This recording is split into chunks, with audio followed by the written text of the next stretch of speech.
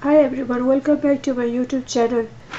Today I'm gonna show you how to fix the video in the Premiere Pro. Here you can see that in my video the outer edges part has been disappeared and it's not showing. When I play it, you can see that the outer part is not showing it. Let's pause the video. Here, to do this one, go to the sequence and change the sequence setting of your video. So currently the video frame size is 1280 by 718. So change this one into 1920 by 1080 and press it OK and change it OK.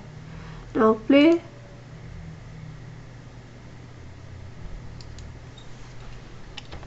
Now you can see that you are able to see the outer part. Before it was not visible, so when I change the sequence setting, now I can able to see this.